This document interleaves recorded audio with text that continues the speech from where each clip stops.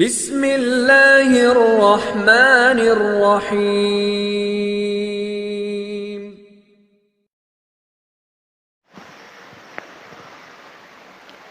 السلام علیکم ورحمۃ اللہ وبرکاتہ۔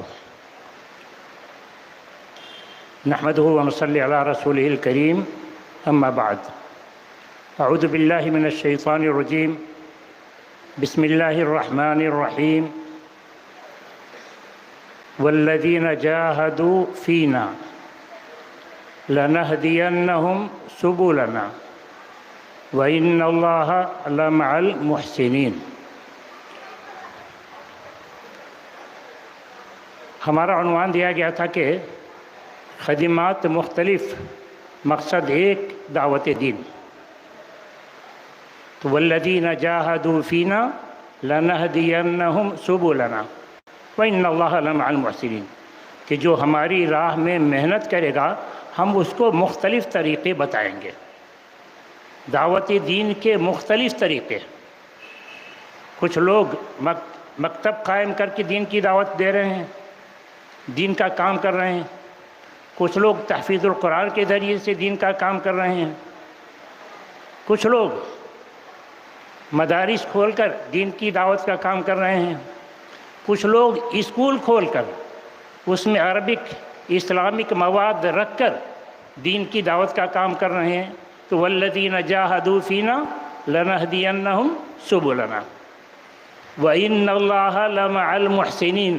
یہ آ گئی حد بندی کہ کون دین کی دعوت دے رہا ہے، کون اپنی خدمت کر رہا ہے، کون دین کی خدمت کر رہا ہے اور کون اپنی خدمت کر رہا ہے۔ بہت سارے لوگوں کو الزام سے گزرنا پڑتا ہے،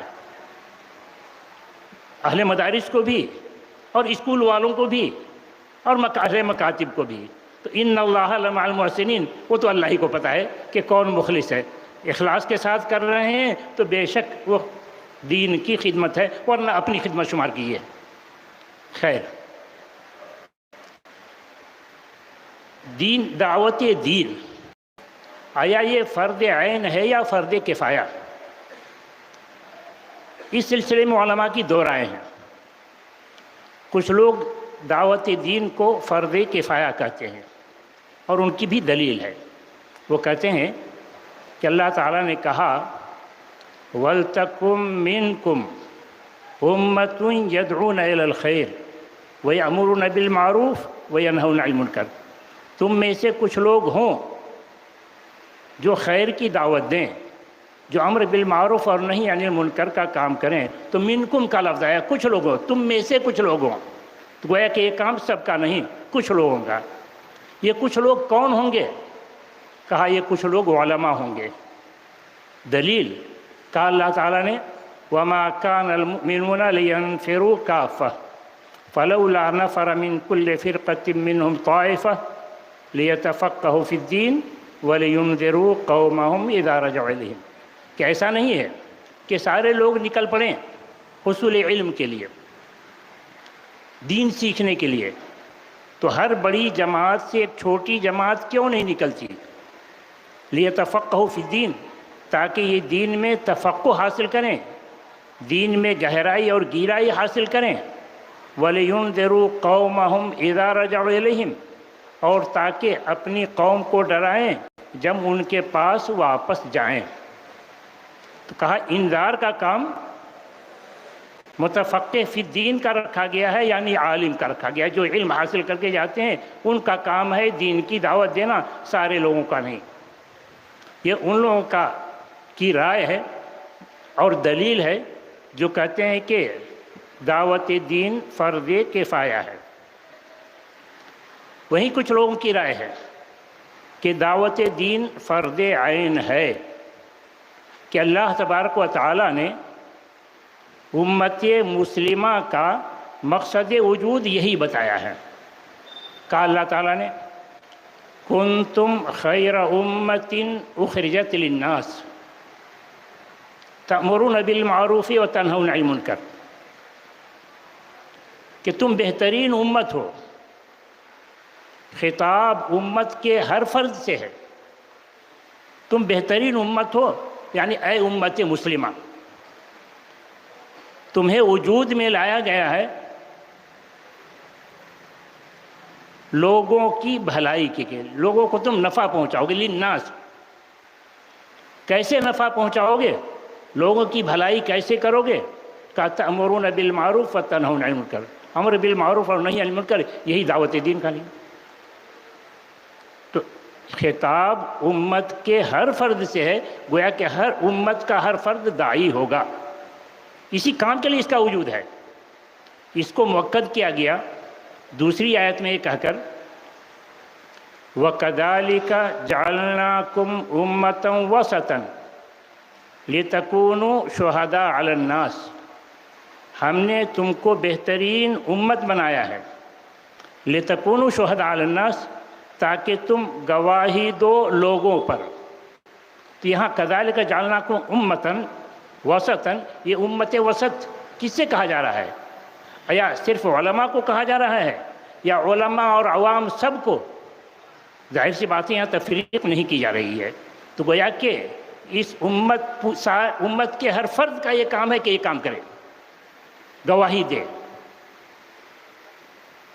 تیسری آیت کہ اللہ تعالیٰ نے کہا وَجَاهِدُوا فِي اللَّهِ حَقَّ جِهَادِهِ هُوَ اجْتَبَاكُمْ، تم اللہ کی راہ میں بھرپور محنت کرو، اس نے تمہارا خصوصی انتخاب کیا ہے۔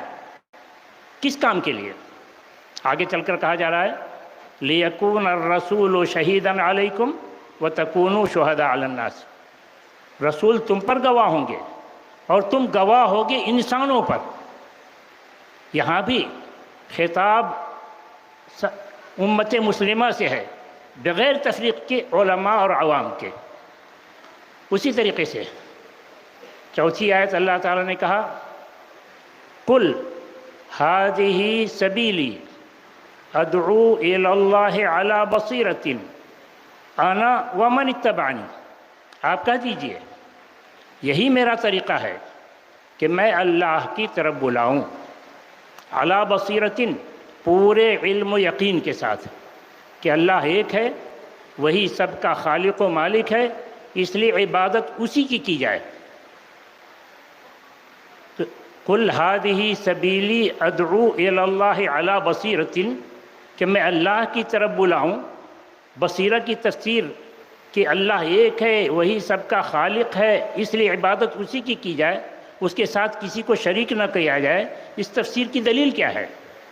اس تفسیر کی دلیل کہا اللہ تعالیٰ نے قُلْ إِنَّمَا أُمِرْتُ أَنْ أَعْبُدَ اللَّهَ وَلَا أُشْرِكَ بِهِ إِلَيْهِ أَدْعُو، آپ کہہ دیجئے مجھ کو تو اسی بات کا حکم دیا گیا ہے، أَنْ أَعْبُدَ اللَّهَ، کہ میں اللہ کی ہی عبادت کروں اور اس کے ساتھ کسی کو شریک نہ کروں، إِلَيْهِ أَدْعُو، اور اسی کی طرف بلاؤں۔ تو گویا قُلْ هَذِهِ سَبِيلِي أَدْعُو إِلَى اللَّهِ کی تفسیر اس آیت سے کیجئے کہ توحید کی دعوت دو، اور دین کا سارا حصہ توحید کے تابع ہے۔ توحید، پھر اس کے بعد دین کے دیگر جزئیات۔ کہا قُلْ هَذِهِ سَبِيلِي أَدْعُو إِلَى اللَّهِ عَلَى بَصِيرَةٍ، کہ اللہ کی طرف بلاؤں۔ اللہ کی طرف بلانے کا کام کون کرے؟ کہ انا ومن اتبعنی، یہ کام میں کروں اور ہر وہ شخص جو میری اتباع کرے۔ رسول کی اتباع کرنے والا کون؟ سارے فالوور، رسول پر ایمان رکھنے والے سارے افراد، یعنی ہر مسلمان۔ تو یہ کام کس کا ہے؟ رسول کا اور ہر مسلمان کا ہے، وہ علماء ہوں یا عوام، مرد ہوں یا خواتین، سب کی ذمہ داری دعوت دین کی ہے۔ تو پھر ایسی صورت میں وہ جو آیتیں پڑھی گئیں وَلْتَكُمْ مِنْكُمْ أُمَّةٌ يَدْعُونَ إِلَى الْخَيْرِ اور وَمَا كَانَ الْمُؤْمِنُونَ لِيَنْفِرُوا كَافَّةً، اس کا کیا مطلب ہے؟ اس کا مطلب علماء نے بیان کیا کہ وَلْتَكُمْ مِنْكُمْ میں من تبعید کے لیے نہیں، تبیین کے لیے ہے، جیسے کہ فَاجْتَنِبُوا الرِّجْسَ مِنَ الْأَوْثَانِ میں من تبیین کے لیے ہے۔ وما کان المؤمنون لینفروا کافہ، اس کے بارے میں کہا کہ علماء اس میدان کے متخصص ہوں گے، علماء اس میدان کے متخصص ہوں گے، وہ لیڈر ہوں گے، عوام کو ساتھ لے کر چلیں گے، عوام ان کی ماتحتی میں کام کرے گی مگر عوام کو مفر نہیں۔ یہ کام تو سارے امت کے ہر فرد کا ہے، عوام اس کی ماتحتی میں کام کرے گی، عوام نہیں کہے گی علماء دیکھ لے میں تو آرام سے بیٹھا ہوں، نہیں، یہ کام اس امت کے ہر فرد کو۔ تو کیا علماء اور عوام سب برابر؟ نہیں، علماء اور عوام سب برابر نہیں، ہر انسان کو اللہ تعالیٰ اس کے طاقت کے مطابق ذمہ دار بناتا ہے۔ کلکم راعٍ وکلکم مسئول عن رعیتہ، تو اللہ نے جس کو جتنی طاقت دی ہے اس حساب سے وہ مسئول اور ذمہ دار ہے۔ عالم ہے تو اس کی ذمہ داری عوام سے کہیں بڑھ کر، اور اس کی ذمہ داری بنتی ہے کہ عوام کو ساتھ لے کر چلے، کہ ایسا ہی کیا رسول اللہ صلی اللہ علیہ وسلم نے۔ علماء کو کہا العلماء ورثۃ الانبیاء، علماء انبیاء کے وارث ہیں، علماء کو وہی کچھ طریقہ اپنانا ہے جو رسول صلی اللہ علیہ وسلم نے کیا، جو نبیوں نے کیا۔ نبی اکیلے ہی دین کی دعوت دیتے رہے یا صحابہ کو ساتھ لے کر کام کیا؟ صحابہ کو ساتھ لے کر کیا، تو علماء پر فرض بنتا ہے کہ عوام کو ساتھ لے کر کام کرے۔ یہاں اشکال پیدا ہوتا ہے کہ عوام کیسے دعوت کا کام کرے گی، اس کے پاس تو علم ہی نہیں، اور دعوت کے لیے علم چاہیے، بغیر علم کے دعوت دے گی تو خود بھی گمراہ ہوگی، لوگوں کو بھی گمراہ کرے گی۔ جیسا کہ حدیث میں وارد ہے کہ جب علماء ختم ہو جائیں گے اتخذ الناس رؤوسا جہالا فافتوا بغیر علم فضلوا اضلوا، کہ ایک زمانہ آئے گا جب علم سلب کر لیا جائے گا، علماء ختم ہو جائیں گے، لوگ جاہلوں کو سردار بنا لیں گے، یہ جاہل سردار بغیر علم کے فتوے دیں گے، لوگوں خود بھی گمراہ ہوں گے، لوگوں کو بھی گمراہ کریں گے۔ تو کیا یہ منطبق ہوگی عوام پر جو دین کی دعوت کر رہے ہیں؟ ہاں، اگر وہ بغیر علم کے بات کر رہے ہیں، یعنی علماء کا پر فرض بنتا ہے کہ عوام کو دین کی دعوت سکھائیں، ہر بات جس بات کے لیے ان کو بھیجا جا رہا ہے اس کی دلیل یاد کرائیں، وہ جب بات کریں تو دلیل کے ساتھ بات کریں۔ عوام کو چاہیے کہ خود مفتی نہ بن جائیں، جس بات کی دلیل نہیں معلوم ہے اس کو بھی کہنے لگے، ایسی جرأت نہ کرے۔ علماء کی طرف سے جو نکیر ہوتی ہے ایسے ہی لوگوں پر ہوتی ہے جن کو علم دین پر دسترس نہیں۔ اللہ تعالیٰ نے قوت گویائی عطا کی ہے، اچھا بول لیتے ہیں، تو کچھ ادھر اور ادھر کی تقریریں یاد کی، ممبر سنبھال لیا یا نیٹ سنبھال لیا، کیا انٹرنیٹ وغیرہ کے وسائل اختیار کیے اور تقریر کی، بہترین تقریر کی۔ جب مسائل پوچھے جاتے ہیں جس پر ان کو دسترس نہیں، جس کا علم نہیں، اپنی طرف سے فتوے دے دیتے ہیں۔ اور اس طرح کی بھی رپورٹ ہم کو ملی کہ ایسے لوگوں کو جب تنبیہ کی جاتی ہے تو غرور ان کو اس بات پر مجبور کرتا ہے کہ تسلیم نہ کرے، اپنی بات دہراتے رہتے ہیں۔ تو ایسے لوگوں کے لیے درست نہیں ہے، ایسے لوگوں پر نکیر کی جانی چاہیے۔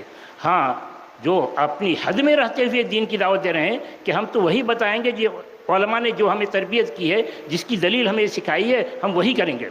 اچھا، تو یہاں انٹرنیٹ کا زمانہ ہے، کسی بھی مسئلے میں اگر نیٹ چلانا جاتے ہیں، زبان سے واقف ہیں، تو ماریے بٹن، مسئلہ آ جاتا ہے، فلاں عالم نے یہ کہا، فلاں عالم نے یہ کہا، فلاں عالم نے یہ کہا۔ تو نیٹ کے ذریعے سے عوام بھی فتویٰ دے سکتی ہے کیا؟ ہے نا، بڑے عالم کا فتویٰ نہیں دے سکتی، کیوں بھائی؟ نیٹ کا معاملہ کتابوں کا سا ہے، کتاب جیسا ہے، اور نیٹ وہ بھی اس میں حق اور باطل بہت ساری چیزیں بھر دی گئی ہیں، عوام تمیز نہیں کر پائے گی۔ اور آپ کو تمیز بھی کر لیتے ہیں کہ بھئی فلاں عالم تو معتبر ہیں، ہم نے علماء سے پوچھا ہے، کہاں ان کی کتاب پڑھنی چاہیے، ان کی کتاب پڑھنی چاہیے۔ ایسی صورت میں بھی مسئلہ یہ ہوتا ہے کہ بعض فتوے محلی ہوتے ہیں، مخصوص حالات میں دیے جاتے ہیں، عوام اس کو فرق نہیں کر پائے گی۔ مثلا ایک ہم نے جو دیکھا، ایک بڑے عالم کا فتویٰ، ان سے پوچھا گیا ہے کہ غیر مسلم کو بھائی کہا جا سکتا ہے کیا؟ تو نیٹ دبائیے، ایک بار آئے گا یہ کہ جو ان کو بھائی کہے گا وہ بھی انہی میں سے ہے، جو ان کو بھائی کہے گا وہ بھی انہی میں سے ہے۔ کیوں بھائی انہی میں سے ہے؟ اس لیے کہ اللہ تعالیٰ نے کہا انما المؤمنون اخوہ، مومن آپس میں بھائی بھائی، تو غیر مسلم کو بھائی کہنا درست نہیں۔ حدیث میں بھی ہے المسلم اخو المسلم، مسلم مسلم کا بھائی، تو مطلب یہ نکلا کہ غیر مسلم ہمارا بھائی نہیں۔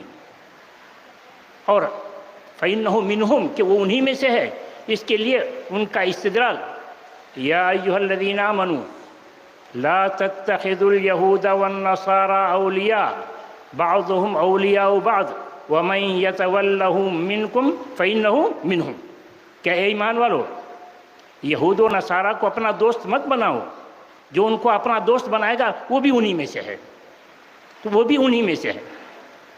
تو یہ ماخذ رہا۔ اس کے بعد اسی بڑے عالم کا دوسرا فتویٰ موجود ہے جس میں ہے کہ ہم ان کو دینی بھائی نہیں کہہ سکتے، ہم ان کو دینی بھائی نہیں کہہ سکتے، انسانی بھائی تو ہو سکتے ہیں قرابت کے اعتبار سے، قرابت یعنی رشتہ داری، انسانی بھائی، تو یہ تشریح کرتے ہیں کہ ہم ان کو دینی بھائی نہیں کہہ سکتے، انسانی بھائی تو کہہ سکتے ہیں۔ اب یہ تفریق عوام کہاں سے کرے گی؟ علماء ہو تو کریں گے کہ ہم کسی غیر مسلم کو بھائی کہیں گے تو دینی بھائی کون کہتا ہے؟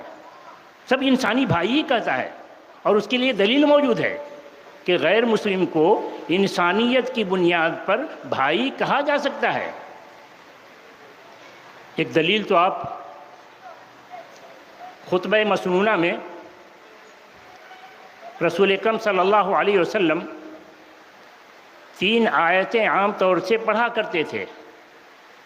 یا ایھا الذین آمنوا اتقوا اللہ حق تقاتہ ولا تموتن الا وانتم مسلمون، یا ایھا الناس اتقوا ربکم الذی خلقکم من نفس واحدہ، یا ایھا الذین آمنوا اتقوا اللہ وقولوا قولا سدیدا۔ ان 3 آیتوں میں سے بیچ کی آیت پر ذرا غور کر لیا جائے، کہا جا رہا ہے یا ایھا الناس اتقوا ربکم الذی خلقکم من نفس واحدہ، اے ایمان والو ڈرو اپنے اس رب سے جس نے تم سب کو پیدا کیا ایک ذات سے۔ وہ ایک ذات کون؟ آدم، سارے انسان آدم کی اولاد۔ تبھی تو قرآن مجید میں کئی بار اللہ تعالیٰ نے کہا یا بنی آدم، یا بنی آدم، اے آدم کی اولاد، مراد سارے انسان، سارے انسان آدم کی اولاد، مسلم بھی آدم کی اولاد، غیر مسلم بھی آدم کی اولاد۔ تو آدم کا جو خون مسلمان میں دوڑ رہا ہے، آدم کا وہی خون غیر مسلم میں دوڑ رہا ہے۔ تو یوں کہیے کہ ایک مسلم کا غیر مسلم کے ساتھ خونی رشتہ ہے، اور یہ خونی رشتہ اسلام اور کفر کی وجہ سے ختم نہیں ہوتا، اور یہ خونی رشتہ اسلام اور کفر کی وجہ سے ختم نہیں ہوتا۔ اس جملے پر کہ یہ خونی رشتہ اسلام اور کفر کی وجہ سے ختم نہیں ہوتا، بعض علماء کو اعتراض ہے۔ وہ کہتے ہیں کیسی بات آپ کرتے کہ ختم نہیں ہوتا؟ ہم تو دیکھتے ہیں قرآن میں ختم ہو جاتا ہے۔ پڑھی آیت، اللہ تعالیٰ کہتا ہے جب نوح علیہ السلام نے کہا ان ابنی من اہلی وان وعدک الحق وانت احکم الحاکمین، نوح علیہ السلام کا بیٹا ڈوب گیا، بڑا افسوس ہوا، کہا اللہ میرا بیٹا تو میرے ہی خاندان کا، اور تو نے کہا تھا ہم تیرے اہل کو بچائیں گے، یہ کیا ہوا؟ تیرا وعدہ تو سچا، یہ کیا ہو گیا ہمارے ساتھ؟ تو جواب ملا قال یا نوح انہ لیس من اہلک، وہ تمہارے خاندان کا نہیں، وہ کافر ہونے کے ساتھ اس کا خاندان الگ، تمہارا خاندان الگ۔ تو دیکھیے خاندان سے انکار کر دیا گیا۔ تو کیا یہ استدلال صحیح ہے؟ نہیں۔ کیوں نہیں؟ یہ استدلال کیوں صحیح نہیں؟ اس لیے کہ لفظ اہل عربی زبان میں 2 معنوں کے لیے استعمال ہوتا ہے، ایک تو خاندان کا معنی، ایک اہلیت اور صلاحیت کے معنی میں، اور یہاں صلاحیت کے معنی میں ہے، خاندان کے معنی میں نہیں۔ کیا دلیل؟ بھائی جب لفظ مشترک ہے دو معنی میں تو کسی ایک معنی پر محمول کرنے کے لیے کوئی ایک معنی لینے کے لیے دلیل چاہیے. تو کیا دلیل؟ کہ یہاں صلاحیت کا معنی ہے خاندان کا نہیں. دلیل اس سے پہلے کی آیت کو پڑھیے. اسی بیٹے کے بارے میں اللہ تعالیٰ کہتا ہے وَنَادَى نُوحٌ ابْنَهُ، نوح نے اپنے بیٹے کو پکارا. یہ کون سا بیٹا ہے؟ وہی کافر. تو کافر بیٹے کو اللہ تعالیٰ کہتا ہے نوح نے اپنے بیٹے کو پکارا. تو اس وقت کافر نہیں تھا پھر بھی کہہ رہا ہے ابنہ. نوح نے کیسے پکارا؟ فقال یا بنی ارکب معنا، میرے پیارے بیٹے آ میرے ساتھ سوار ہو جا. تو نوح علیہ السلام بھی اس کافر بیٹے کو پیارے بیٹے کہتے ہیں، پیار سے پکارے آ. تو بیٹے کی نفی نہیں ہو رہی ہے، صلاحیت کی نفی ہو رہی ہے کہ وہ کافر ہے، آپ کی سفارش کے قابل نہیں. دلیل اسی کے آگے کا جملہ انہ لیس من اہلک انہ عمل غیر صالح، وہ آپ کی سفارش کے قابل نہیں اس لیے کہ اس کا عمل صحیح نہیں ہے، وہ تو کفر کرتا ہے، شرک کرتا ہے. تو رشتہ ختم نہیں ہوتا. اور دلیل کا اللہ تعالیٰ نے وَإِن جَاهَدَاكَ عَلَىٰ أَن تُشْرِكَ بِي مَا لَيْسَ لَكَ بِهِ عِلْمٌ فَلَا تُطِعْهُمَا وَصَاحِبْهُمَا فِي الدُّنْيَا مَعْرُوفًا. اگر تمہارے باپ مشرک ہوں اور تمہیں بھی شرک کرنے کے لیے کہیں فَلَا تُطِعْهُمَا، تو اس میں ان کی بات مت مانو. وَصَاحِبْهُمَا فِي الدُّنْيَا مَعْرُوفًا، مگر دنیا کے سلسلے میں ان کے ساتھ اچھا سلوک کرو. کیوں اچھا سلوک کرے؟ وہ تو کافر ہے. ارے کافر ہے تو کیا ہوا، باپ ہی رہے گا، ماں ہی رہے گی. ایک باپ کے ساتھ جو صلہ رحمی ہونی چاہیے کرو، ایک ماں کے ساتھ جو صلہ رحمی ہونی چاہیے کرو. کیا عملاً ایسا ہوا کہ مشرک ماں باپ کے ساتھ صلہ رحمی کی جائے، ان سے تعلقات رکھے جائیں، ان کے ساتھ اچھا سلوک کیا جائے؟ ہوا. کیا دلیل؟ اسماء رضی اللہ عنہ کی ماں مکے سے مدینہ آئیں. اس وقت مکے پر کفار کا قبضہ تھا، صلح کا زمانہ تھا. اسماء رضی اللہ عنہ کی ماں مکے سے مدینہ بیٹی کے گھر آئیں. اسماء نے ماں کو دیکھ کر بڑی پریشانی کی. اسماء پریشان ہو گئیں، میں کیا کروں اس کو، گھر میں داخل ہونے دوں یا نہ ہونے دوں، بیٹھاؤں یا نہ بیٹھاؤں. پریشانی کی وجہ کیا تھی آخرکار؟ شاید یہ وجہ رہی ہو، صراحت تو نہیں ہے، شاید یہ وجہ رہی ہو کہ اللہ تعالیٰ کہتا ہے انما المشرکون نجس، مشرک ناپاک ہوتے ہیں. تو کہیں گھر میں بیٹھا ہوں تو گھر ناپاک نہ ہو جائے، بستر پر بیٹھا ہوں بستر ناپاک نہ ہو جائے. پریشان ہوئی. بہرحال پریشان دور کرنے والے موجود. پہنچی اللہ کے رسول کے پاس صلی اللہ علیہ وسلم. کہا میری ماں آئی ہیں، امید لے کر کے آئی ہیں کہ بیٹی سے کچھ لے کر آئیں گے تحفے تحائف. کیا فرماتے ہیں آپ؟ تو رسول اکرم صلی اللہ علیہ وسلم فرماتے ہیں، اور یہی استدلال ہے، سلی امکی، سلی امکی، وہ تو تمہاری ماں ہے. ایک ماں کے ساتھ جو صلہ رحمی ہونی چاہیے کرو. لیکن مشرک ہے، رسول اکرم صلی اللہ علیہ وسلم وہ تمہاری ماں ہے، تو رشتہ ختم نہیں ہوتا. اچھا تو بھائی کہا جا سکتا ہے کیا؟ ابھی جو بھائی کا معاملہ چل رہا تھا، بھائی کہا جا سکتا ہے کیا؟ ہاں بھائی کہا جا سکتا ہے، انسانی بھائی کہا جا سکتا ہے. کیا دلیل بھائی؟ قرآن میں کہیں استعمال ہوا ہے کہ کافر کو مسلم کا بھائی کہا گیا ہو؟ ہاں استعمال ہوا ہے. کہاں استعمال ہوا ہے؟ پڑھی آیت. کہا اللہ تعالیٰ نے لا تجد قوما یؤمنون باللہ والیوم الآخر، لا تجد قوما یؤمنون باللہ والیوم الآخر یوادون من حاد اللہ ورسولہ ولو کانوا آباءہم او اخوانہم او عشیرتہم. تم نہیں پاؤ گے ان لوگوں کو جو اللہ اور آخرت پر ایمان رکھتے ہوں، یوادون من حاد اللہ ورسولہ، وہ مودت اور محبت رکھتے ہوں ان لوگوں سے جو اللہ اور اس کے رسول کے خلاف ہو، جو اللہ اور اس کے رسول سے دشمنی کرے. ایسے لوگوں کو سے محبت کرتے ہوئے تم نہیں پاؤ گے مسلمانوں کو. وَلَوْ كَانُوا آبَاءَهُمْ، یہ جو اللہ اور اس کے رسول سے دشمنی کرنے والے ان کے باپ کیوں نہ ہوں، اور اخوانہم ان کے بھائی کیوں نہ ہوں، تو اللہ کے رسول سے دشمنی کرنے والے رشتے کا بھائیت کا وہ بھائی کیوں نہ ہو، بھائی بھائی ہی رہے گا، ہم محبت نہیں کریں گے۔ اچھا تو محبت نہیں کریں گے تو غیر مسلموں سے تعلقات کا کیا مسئلہ ہے بھائی؟ غیر مسلموں سے تعلقات نہیں رکھے جائیں گے؟ یا یہ کہ مودت اور محبت ایک چیز ہے اور تعلقات الگ ہیں؟ ہاں تو بات ایسی ہی ہے، مودت خلت یہ سب الگ ہے اور تعلقات الگ ہیں۔ کیا دلیل بھائی کہ تعلقات الگ، مودت اور محبت الگ؟ دلیل تو یہاں آپ نے پالی کہ مودت نہیں رکھی جائے گی، لا تجد قوما یؤمنون باللہ والیوم الآخر یوادون من حاد اللہ ورسولہ، مودت نہیں ہوگی۔ رہا تعلق تو تعلقات رکھے جائیں گے۔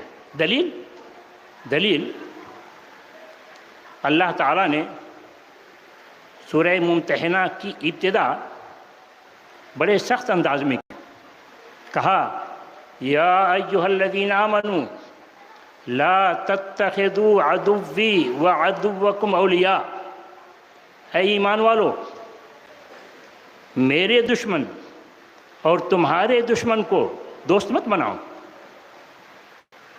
لا تتخذوا عدوی وعدوکم اولیاء تلقون الیہم بالمودہ، تم ان سے محبت کا اظہار کرتے ہو جبکہ انہوں نے تم کو رسول صلی اللہ علیہ وسلم کو گھر سے باہر کیا، تو خبردار ان سے مودت مت رکھو۔ تو کیا تعلق بھی نہ رکھو؟ نہیں، تعلق رکھو۔ کیا دلیل آگے چل کر اسی سورہ ممتحنہ میں آگے چل کر غیر مسلموں کو دو حصوں میں تقسیم کیا گیا ہے، ایک وہ جو مسلمانوں کے دشمن نہیں اور ایک وہ جو مسلمانوں کے دشمن ہیں، اور دونوں کا حکم الگ الگ بتایا گیا۔ کہا اللہ تعالیٰ نے لا ینہاکم اللہ عن الذین لم یقاتلوکم فی الدین ولم یخرجوکم من دیارکم ان تبروہم وتقسطوا الیہم ان اللہ یحب المقسطین۔ اللہ تعالیٰ نہیں روکتا تم کو ان لوگوں سے، ان غیر مسلموں سے جنہوں نے تم سے جنگ نہیں کی دین کو لے کر کہ تم مسلمان کیوں ہوئے، تم اسلام پر کیوں عمل کرتے ہو، تو اللہ تعالیٰ تمہیں نہیں روکتا ان غیر مسلموں سے جنہوں نے تم سے جنگ نہیں کی دین کو لے کر۔ کس بات سے نہیں روکتا؟ ان تبروہم، کہ تم ان کے ساتھ اچھا سلوک کرو، وتقسطوا الیہم، اور تم ان کے ساتھ انصاف کرو۔ ان اللہ یحب المقسطین، اللہ تعالیٰ تو انصاف کرنے والوں کو پسند کرتا ہے۔ تو یہاں ان غیر مسلموں کا تذکرہ ہے جو مسلمانوں سے دشمنی نہیں رکھتے، اسلام سے دشمنی نہیں رکھتے، ان کے ساتھ اچھا سلوک کیا جانا چاہیے۔ اچھا جو دشمنی کرتے ہیں ان کے ساتھ کیا کیا جائے، اس کا بھی حکم بتایا جا رہا ہے۔ کہا اللہ تعالیٰ نے انما ینہاکم اللہ عن الذین قاتلوکم فی الدین واخرجوکم من دیارکم وظاہروا علی اخراجکم ان تولوہم۔ اللہ تعالیٰ تو روکتا ہے تم کو ان لوگوں سے، ان غیر مسلموں سے جنہوں نے تم سے جنگ کی دین کو لے کر کہ تم مسلمان کیوں ہوئے، واخرجوکم من دیارکم، اور جنہوں نے تمہیں تمہارے گھروں سے باہر کیا، تمہاری بستی سے باہر کیا، وظاہروا علی اخراجکم، اور ان لوگوں سے بھی روکتا ہے جنہوں نے ان کی مدد کی تمہارے نکالے جانے میں۔ وظاہروا علی اخراجکم، کس بات سے اللہ روکتا ہے؟ ان تولوہم، کہ تم ان کو دوست بناؤ، تم ان کو دوست سمجھو۔ کہ دشمن کو دوست سمجھنا عقل مندی نہیں ہے۔ دشمن کو دوست سمجھو گے تو نقصان اٹھاؤ گے، تو خبردار دشمن کو دوست مت سمجھو، دشمن کو دشمن سمجھو۔ دشمن سمجھ کر کیا کرو؟ کیا ان کو مار کر ختم کر دو، یا ان سے نفرت کر کے دور ہو جاؤ، یا نہ ان کو ختم کرو اور نہ نفرت کر کے دور ہو جاؤ، دشمنی ختم کرو؟ ارے یہ تو دشمن ہے، دشمنی ہم کیسے ختم کریں گے؟ اللہ تعالیٰ بتا رہا ہے کہ کیسے دشمنی ختم کی جائے، کیسے دشمنی ختم کی جائے اللہ بتا رہا ہے۔ کہاں بتا رہا ہے؟ پڑھی آیت کا اللہ تعالیٰ نے، وَلَا يَجْرِمَنَّكُمْ شَنَآنُ قَوْمٍ أَن صَدُّوكُمْ عَنِ الْمَسْجِدِ الْحَرَامِ أَن تَعْتَدُوا، کسی قوم کی دشمنی تم کو مجرم نہ بنائے، اور دشمنی بھی کس بات کو لے کر؟ دین کو لے کر۔ ان صدوکم عن المسجد الحرام، کہ انہوں نے تم کو مسجد حرام سے روک دیا تھا۔ تو کسی قوم کی دشمنی تم کو مجرم نہ بنائے، کس بات کا؟ ان تعتدوا، کہ تم بھی زیادتی کر بیٹھو۔ تم مسلم ہو، تمہارا کام ہر شخص کو انصاف دینا ہے، کسی کے ساتھ ظلم نہیں کرنا ہے، تاکہ وہ تمہارا دشمن نہ کیوں نہ ہو، تمہارا دشمن کیوں نہ ہو اس کو بھی انصاف دو۔ ارے دشمن کو بھی انصاف دو، اور کوئی واضح دلیل ہے کہ دشمن کو بھی انصاف دو؟ واضح دلیل ہے، کیا دلیل؟ کہا اللہ تعالیٰ نے وَلَا يَجْرِمَنَّكُمْ شَنَآنُ قَوْمٍ عَلَىٰ أَلَّا تَعْدِلُوا، کسی قوم کی دشمنی تم کو مجرم نہ بنائے کہ تم انصاف نہ کرو۔ مطلب کیا ہوا؟ دشمن کو بھی انصاف دو۔ جب تمہارا دشمن انصاف کے لیے تمہارے پاس پہنچے، جب تمہارا دشمن انصاف کے لیے تمہارے پاس پہنچے، تو پھر یہ نہ کہو اب بدلہ لینے کا وقت آ گیا ہے، بڑی دشمنی کرتا تھا ہم سے، آج بتاتے ہیں اس کو۔ نہیں نہیں نہیں، تم مسلمان ہو، تم اپنے دشمن کو بھی انصاف دو گے۔ مسلمان بھی انسان ہی ہے، مسلمان بھی انسان ہی ہے، اور انسان اپنے دشمن کو انصاف دینے کے لیے تیار نہیں ہوتا۔ تو مسلمان بھی نہیں تیار ہوگا۔ اللہ کو پتہ تھا، جس نے ہم کو پیدا کیا اس کو پتہ تھا، ہے تو مسلمان، مگر ہم کام ایسا کر رہے ہیں جو جلدی ماننے والا نہیں ہے، اس لیے زور دیا۔ کیسے زور دیا؟ دیکھیے، وَلَا يَجْرِمَنَّكُمْ شَنَآنُ قَوْمٍ عَلَىٰ أَلَّا تَعْدِلُوا، کسی قوم کی دشمنی تم کو مجرم نہ بنائے کہ تم انصاف نہ کرو۔ بات ہو جاتی کہ انصاف کرو، مگر مفہوم پر اکتفا نہیں کیا کہ بات تو سمجھ میں آ گئی، نہیں، کہا اعدلوا، کھل کر کہا کہ نہیں، اس کو انصاف دو، تاکید کی۔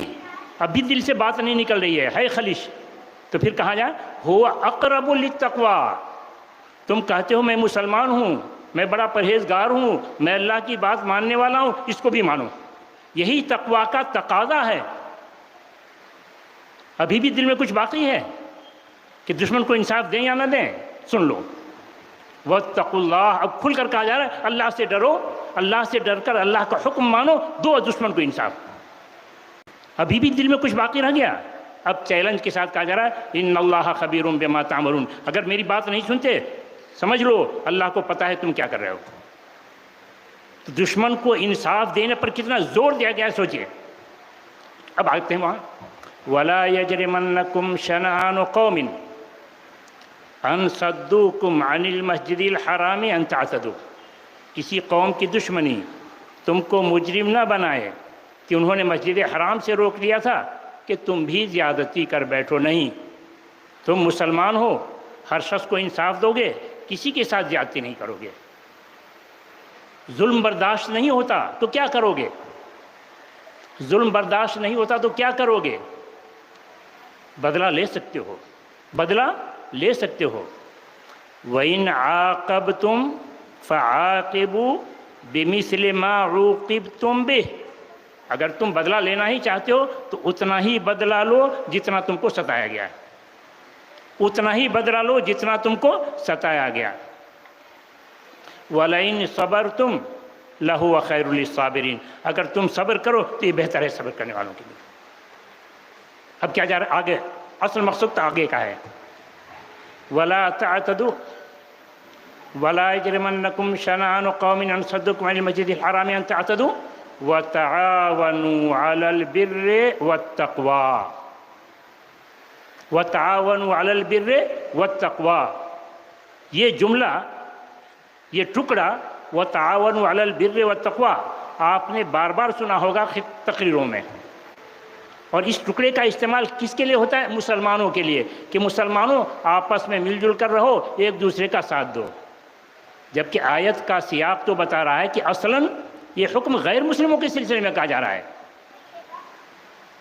یہ اصلاً یہ حکم غیر مسلموں کے سلسلے میں کہا جا رہا ہے کہ ان سے بھی تعاونوا علی البر والتقوی، تم ان کا ساتھ لو اور ان کا ساتھ دو، کس کام میں؟ البر والتقوی، اچھے کاموں میں، نیک کاموں میں۔ یہ مت سمجھو کہ غیر مسلم کا ہر کام برا ہوتا ہے، نہیں، وہ بھی بہت سارا کام اچھا کرتے ہیں، تو ان کا جو کام اچھا ہو اس میں ساتھ دو۔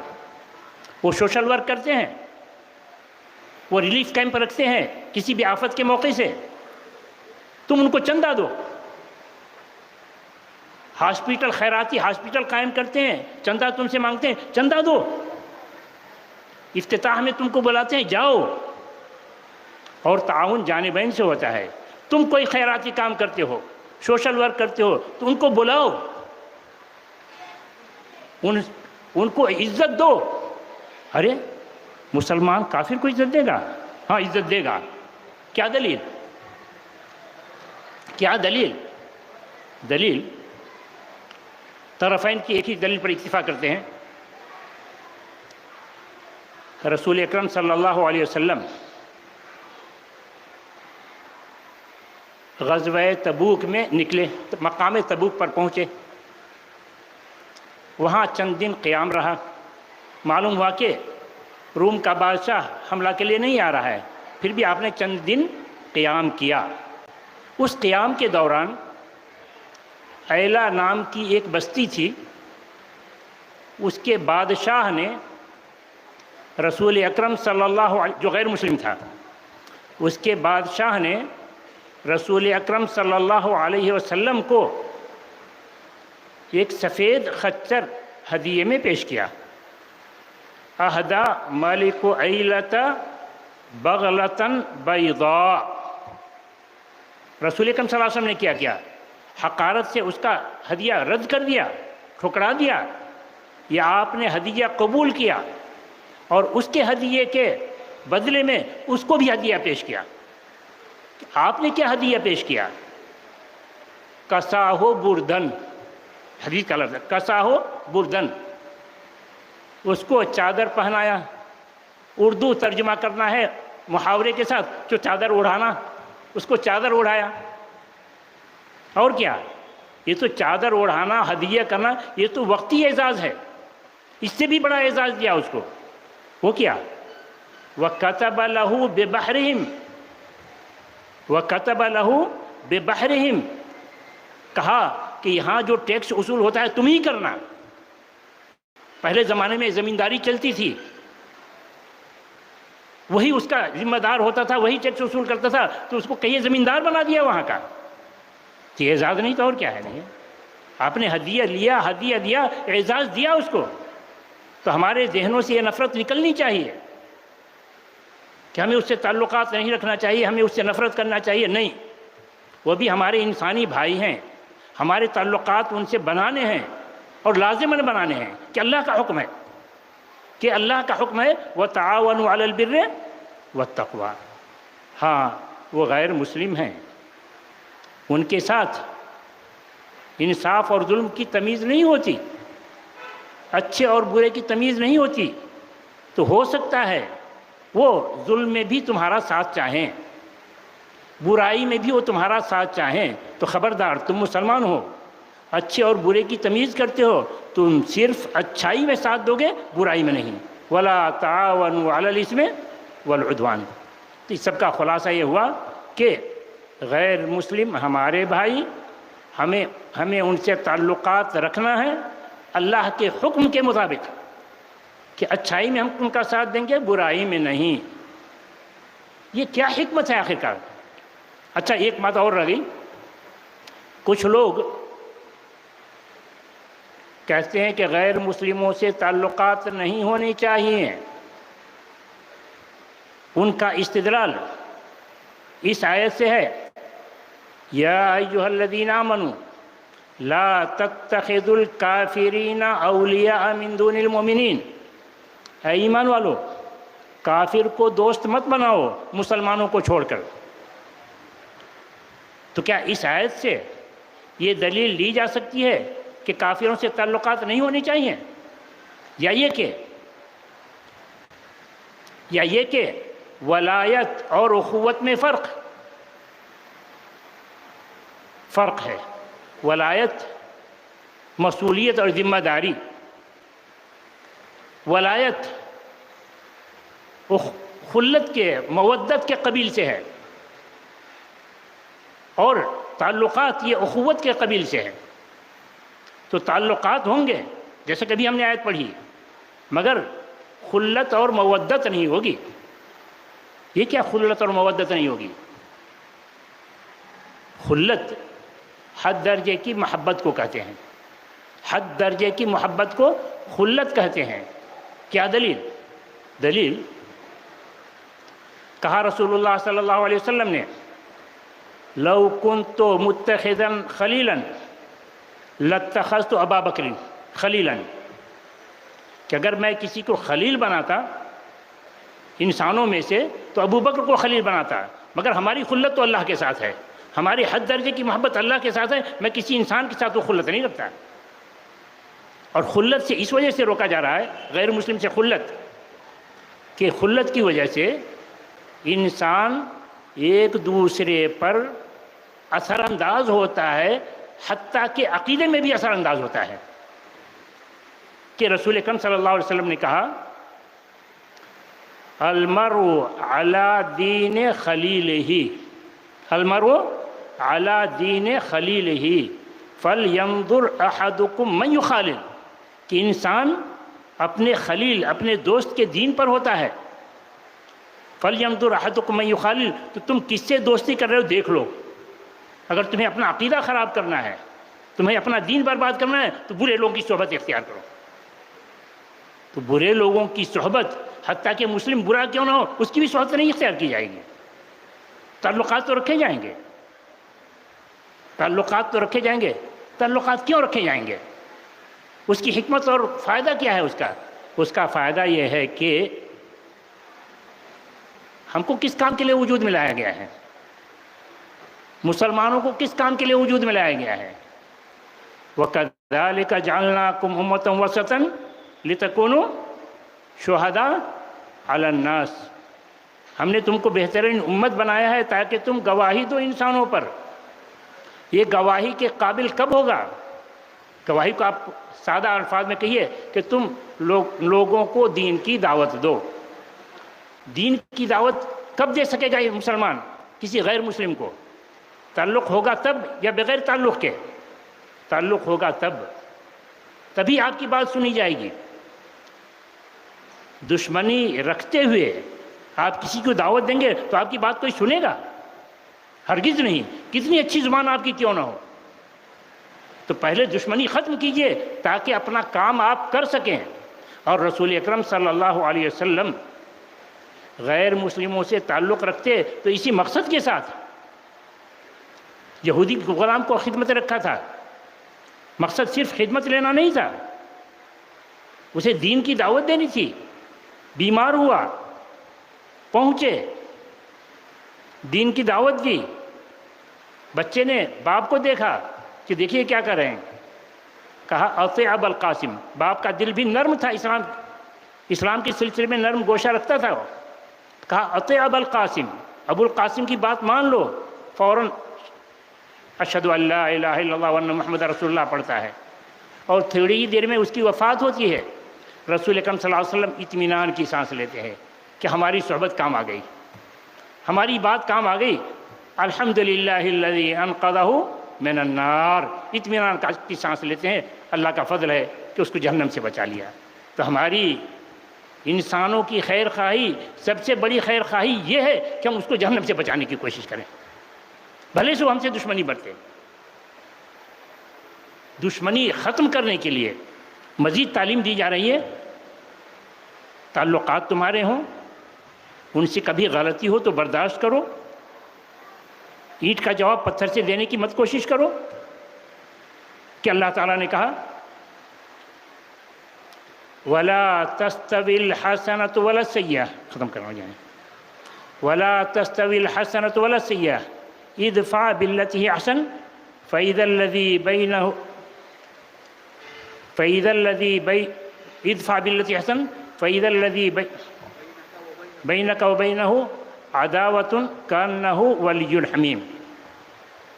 ادفع بالتي هي احسن، تم ان کے برے سلوک کا جواب اچھے سلوک سے دو، کہ اچھا سلوک اور برا سلوک دونوں برابر نہیں ہوتا۔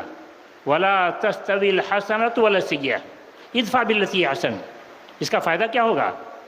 کیا ایسا نہیں ہوگا کہ تمہارے اچھے سلوک کا برا مطلب لے گا کہ کمزور ہے، اس وجہ سے ہماری بات مان رہا ہے، ہم پر حملہ نہیں کر رہا ہے، اینٹ کا جواب پتھر سے نہیں دے رہا ہے؟ نہیں، ایسی بات نہیں ہے۔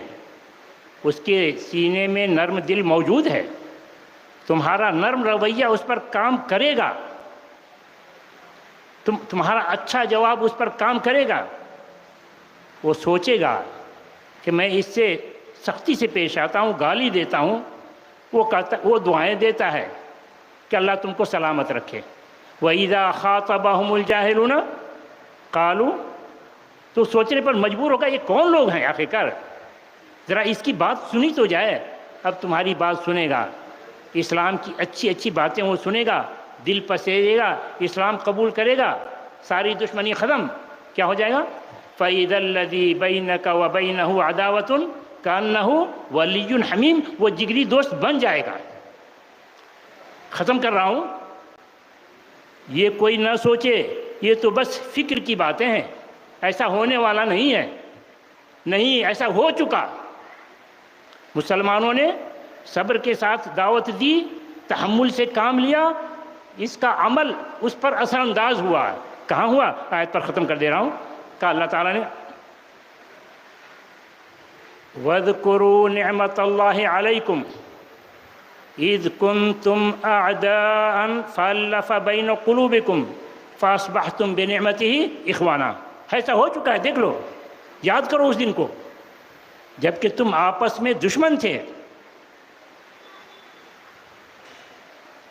فَأَلَّفَ بَيْنَ قُلُوبِكُمْ، تو اللہ نے تمہارے درمیان محبت پیدا کی۔ کیسے محبت پیدا ہوئی؟ دعوت جاری رہی صبر اور تحمل کے ساتھ، نتیجہ ایک دن یہ دیکھنے کو ملا، فَأَصْبَحْتُمْ بِنِعْمَتِهِ إِخْوَانًا۔ تو بھائیو، خلاصہ یہ کہ ہم مسلمان ہیں، ہر مسلمان کو چاہیے کہ اپنے مقصد وجود کو سمجھے، خواہ مرد ہو یا عورت، اور اپنی طاقت کے مطابق، استطاعت کے مطابق ہر شخص اس میدان میں حصہ لے۔ جس کو اللہ نے بولنے کی صلاحیت ہے بول کر، علم دیا ہے تو کتنا علم وہ لگا سکتا ہے لگا کر کے، جس کو مال ملا ہے مال لگا کر کے، بہرحال اس کو فکر ہو کہ ہم کو اس دین کو پھیلانا ہے، کیا ہم کر سکتے ہیں کرو۔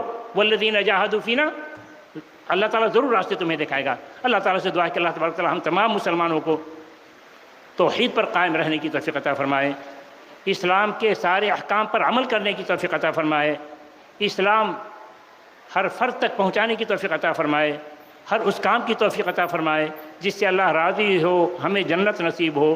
آمین۔ وآخر دعوانا الحمدللہ رب العالمین، والسلام علیکم ورحمۃ اللہ وبرکاتہ۔